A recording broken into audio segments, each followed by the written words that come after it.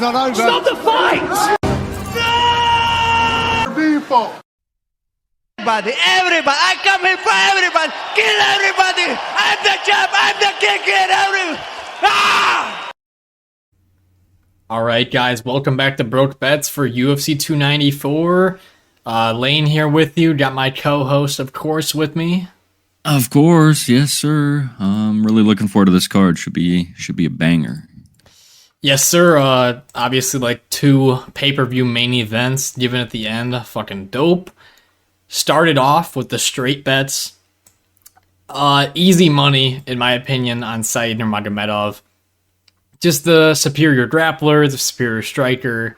Cardio might be the only issue on the Said side, but I think he just does more damage overall, at least for 2 rounds for sure.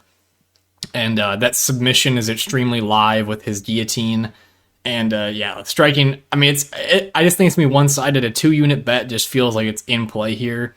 I also really like Said by finish at plus 150. And I would have played that, but given I already have 2 units on him, it's just like, I'll just stick with that. So, what do you think?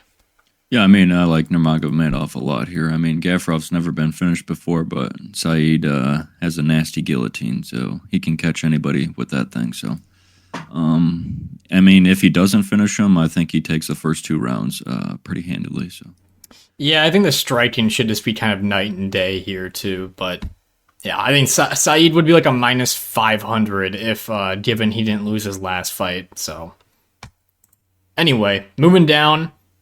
Fighter parlays, I got Nathanial Wood and Ikram together. Wood, not the biggest guy for featherweight, but I do think he just has such a speed advantage, technique advantage, timing advantage, just a lot of these things other than size and maybe raw power. He's got edges here on Naimov everywhere, and I think Naimov... powerful kicks, swings heavy hooks, that's the scare, but I think Wood's going to be out of range and see a lot of those strikes coming, and I do like the Wood price tag. And I'm pairing him with Aliskerov just because Warley Alves here on short notice across the world has just always, like the past couple of years in his career, just continued to, move down a little bit. He's scary in round 1 with his power, his kicks, guillotines. But Aliskerov, also the natural middleweight in this fight, should just be able to outstrike and outwork him in this fight and then possibly take it to the ground where he could find a finish. So I like these 2 paired together. And we'll get to your parlay here, Carson. Yes, sir. I got Basharat and Aliskerov. Yeah. Aliskerov, Warley Alves coming in on short notice, like you said, and up a weight class as well. So... don't really like that for him at all. So I think Ekron takes that pretty handily, and his line has gone outrageous. And same with Basharat as well. I think Basharat's like minus 600 now. Got him at minus 450. Yeah, that's probably a little too high than what it should be. Victor Henry's tough, durable, never been finished before, but I think Basharat's another beast, and I really like his... IQ a lot more than Victor Henry, so I think that'll benefit him, and I'll take the decision here. Yeah, I'm not obsessed with the line for Basharat, but I do think he does win the fight, and I do like the parlay still. So, moving down, Khamzat by knockout. We've been talking about this in our breakdown video. I've been chatting up all these people at my work and stuff. Khamzat by knockout, even though no one knows who he is because no one's really fans. I'm just a crazy nerd. But Khamzat, forward pressure is the name of the game. And I think Kamaru, we've talked about this, is just not that great off the back foot. And once he gets pushed back, where he really never has been in fights, Khamzat can deliver that fatal blow to him. So, the scare...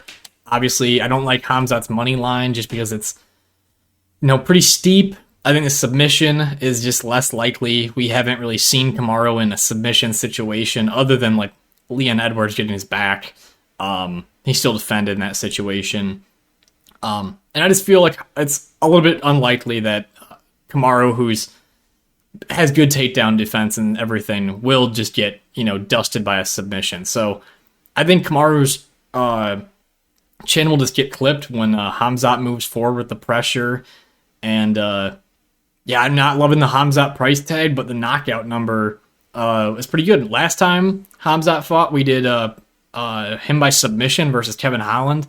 That was a plus 280 price tag, and that was like the easiest cash. So hopefully we have the right read this time. What do you think? Yeah, I mean, especially the way Khamzat fights. I mean, he's always going to be pushing the pace, pushing the gas pedal, and I mean, he's looking for that finish all the time.